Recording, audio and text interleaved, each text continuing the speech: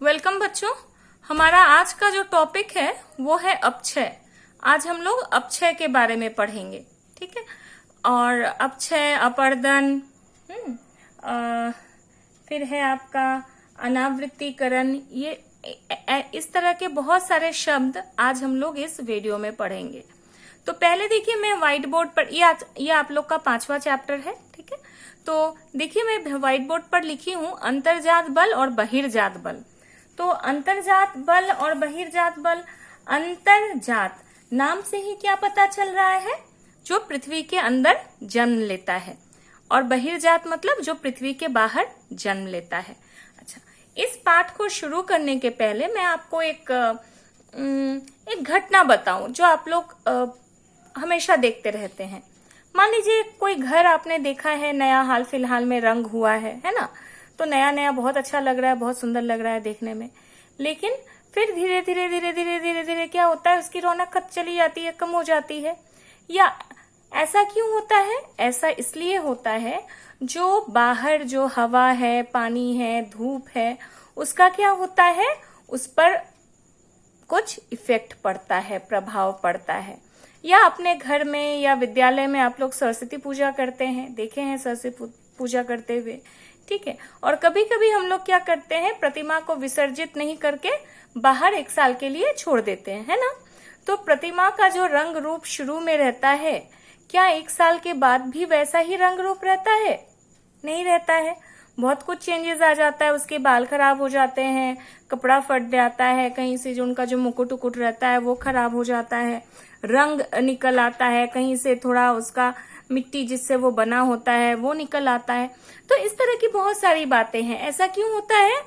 वही जो बहिर्जात जो बल है, जो हमारे पृथ्वी पर जो काम करती है, पृथ्वी के धरातल के ऊपर हवा, बहता हुआ पानी, धूप, ये सब क्या करता है, उसको खराब कर देती है, ठीक है। तो यही सेम चीजें क्या होती है, पृथ्वी के साथ भी लागू होती हैं। अंतर्जात बल जो पृथ्वी के धरातल के नीचे जिनका जन्म होता है, और वो क्या करती है, वो अंतर्जात बल क्या करता है, जनरली अंतर्जात बल आपके धरातल को ऊपर उठाने या कभी कभी नीचे धसाने का भी काम करता है। और बहिर्जात बल क्या करता है, धरातल के ऊपर जो भी आपका क्या बोले, उबड़ खाबड़ जो भाग है, हाँ, जो उसको समतल करने का काम करता है, ठीक है। मतलब जो भी विषमताएं हैं धरातल की, कोई ऊपर उठा हुआ है, कोई नीचे धसा हुआ है, तो बहिर्जात बल का क्या काम होता है कि उस सबको वो क्या करता है, लेवलिंग करता है, संतुलित करता है, ठीक है। मान लो कि इस तरह का है, ठीक है, इस तरह से है, तो बहता हुआ पानी इसको काटेगा, काट काट के क्या करेगा, यहाँ पे भरेगा, यहाँ पे भरेगा। तो क्या होगा, अंततः क्या होगा, ये इस तरह से कट जाएगा, ठीक है, इस तरह से कट जाएगा और मोटा मोटी एक लेवल धरातल तैयार होगा। ऊपर से कटेगा और जो उसका मलबा था वो यहाँ पे भरेगा। तो इस तरह से जो लेवलिंग का काम होता है ना, उसको हम लोग कहते हैं क्या, अनावृत्तिकरण, ठीक है, उसको हम लोग कहते हैं अनावृत्तिकरण। तो यहाँ पे एक शब्द आ रहा है अनावृत्ति,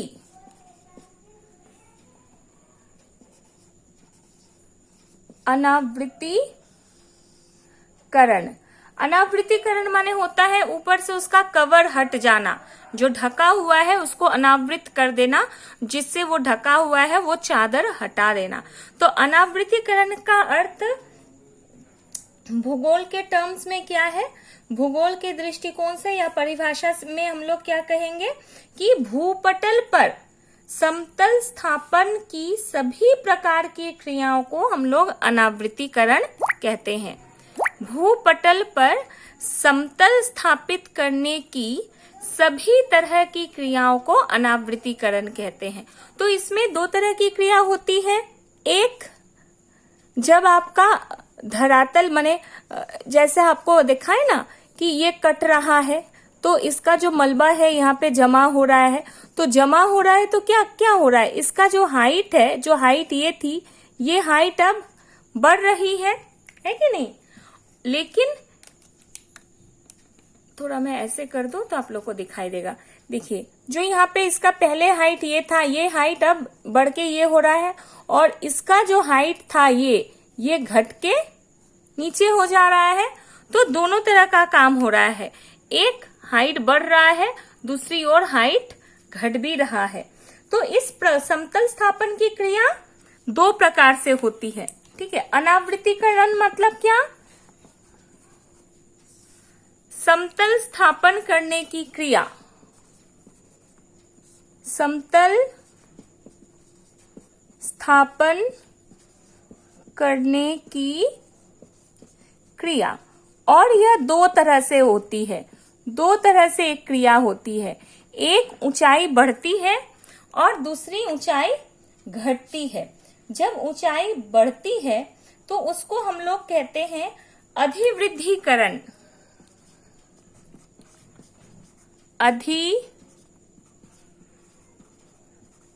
अधिवृद्धिकरण। और जब ऊंचाई घटती है तो उसको हम लोग कहते हैं निम्नीकरण, ठीक है। इंग्लिश में अनावृतीकरण को कहते हैं ग्रेडेशन,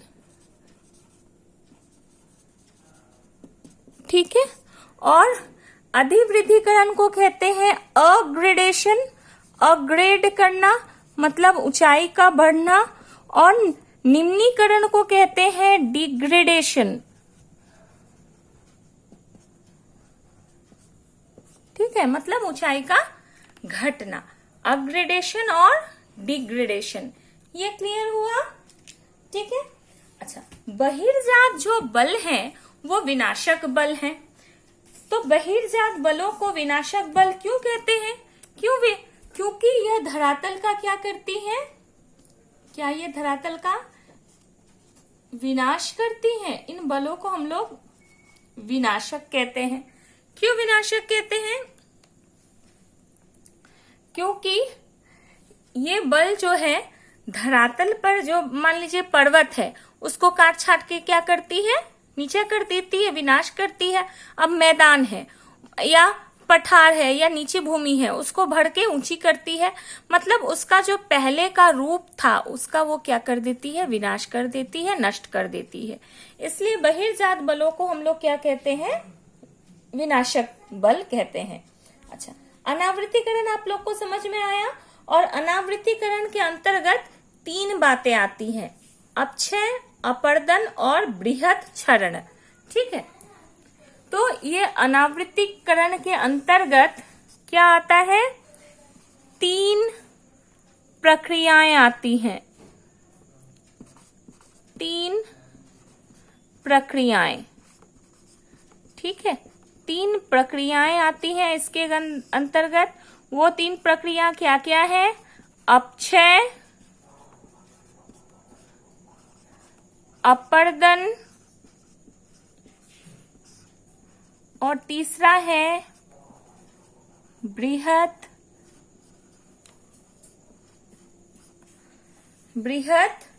क्षरण, ठीक है। अपक्षय, अपर्दन और बृहत क्षरण। अपक्षय जानते हो क्या होता है,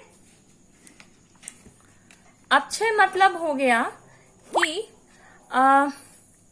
जो आपके जो बहिर्जात बल है, जैसे हवा है, पानी है, धूप है, हाँ, जो भी जलवायु दशाएं हैं, उनके चलते क्या होती है, भूपटल की जो चट्टानें हैं, जब वो अपने ही स्थान पर विखंडित होने लगती हैं, टूटने फूटने लगती है, घूलने लगती है, विखंडित हो जाती है, लेकिन अपने ही स्थान पर रहती हैं, तो उसको हम लोग क्या कहते हैं, अपक्षय कहते हैं, ठीक है। और एजेंट्स ऑफ ग्रेडेशन के द्वारा, यानी बहिर्जात बलों के द्वारा, जब अपक्षयित पदार्थ कहीं दूर बहा करके ले जाई जाती हैं, ठीक है। अपक्षय के कारण चट्टानों में क्या होता है, विघटन होता है और अपघटन होता है। थोड़ा इस दो शब्दों को समझ लो। अपक्षय के कारण क्या होता है? विघटन और अपघटन। ठीक है, आगे इन दो शब्दों को फिर से हम लोग पढ़ेंगे। विघटन माने होता है टूटना फूटना, डिसइंटीग्रेशन, टूट फूट जाना। ठीक है, और अपघटन माने होता है डिकम्पोजिशन, मतलब वो बिल्कुल माने क्या बोले, केमिकल रिएक्शन जब होता है ना, रासायनिक जब प्रक्रिया होती है तब अपघटन वाली बात होती है, और उसमें जो होता है चट्टान छोटे छोटे टुकड़ों में टूट जाते हैं। ठीक है, तो अपक्षय होने से क्या होता है, चट्टानों में विघटन अपघटन दोनों हो सकता है। और अपक्षय के बाद जो चट्टान के जो छोटे छोटे टुकड़े हैं, अगर वो हवा द्वारा, पानी द्वारा या माने हाँ, हवा पानी या हिमनद द्वारा कहीं भी बहा करके ले जाया जाता है, ठीक है, उसके स्थान में परिवर्तन हो जाता है, तो उसको हम लोग क्या कहते हैं? अपरदन कहते हैं। ठीक है, समझ में आई। और यहाँ पर और एक पॉइंट लिखे हैं हम, बृहद क्षरण। बृहद क्षरण क्या होता है? बृहद क्षरण होता है आपका ग्रेविटेशनल पुल। ग्रेविटेशनल पुल को क्या कहते हैं? गुरुत्वाकर्षण बल। ठीक है, तो शिलाखंड, बड़े बड़े शिलाखंड जब गुरुत्वाकर्षण बल के कारण धीरे धीरे आपके माने क्या बोले, नीचे लुढ़क करके नीचे आ जाते हैं। ठीक है, तो उसको हम लोग कहते हैं बृहद क्षरण। ठीक है, इसका मेन कॉज क्या है, मेन कारण क्या है, मुख्य कारण क्या है बृहद क्षरण का? वो है गुरुत्वाकर्षण बल। ठीक है, गुरुत्वाकर्षण बल के कारण ही वो जो है नीचे आ जाते हैं टूट फूट के। ठीक है, तो यहाँ पे आपका हवा या पानी या इसका रोल नहीं होता है, किसका रोल होता है? गुरुत्वाकर्षण बल का। ठीक है, ये समझ में आया। ठीक है, अंतर्जात बहिर्जात बल क्या है, अनावृत्तिकरण क्या है, हाँ, किन तीन प्रक्रियाओं से अनावृत्तिकरण होता है, अपक्षय और अपरदन में क्या अंतर है। ठीक है, बृहद क्षरण क्या है, ये हम लोग समझे। अधिवृद्धिकरण और निम्नीकरण क्या है? यह जो अनावृत्तिकरण है उसके होने की दो प्रोसेस है, दो प्रोसेस से ही, दो प्रक्रिया से ही क्या होता है, अनावृत्तिकरण हो सकता है। एक तो हाइट बढ़ सकता है, दूसरा घट सकता है। हाइट बढ़ सकता है तो उसको अधिवृद्धिकरण या अपग्रेडेशन कहते हैं, और हाइट घटेगा तो उसको निम्नीकरण या डिग्रेडेशन कहेंगे। ठीक है, समझ में आ गया बच्चों? तो ठीक है, अब तक हम लोग इतना ही समझे। इसके बाद वाला जो टॉपिक है वो हम लोग नेक्स्ट वीडियो में पढ़ेंगे। तब तक के लिए थैंक यू। घर में रहना, सुरक्षित रहना।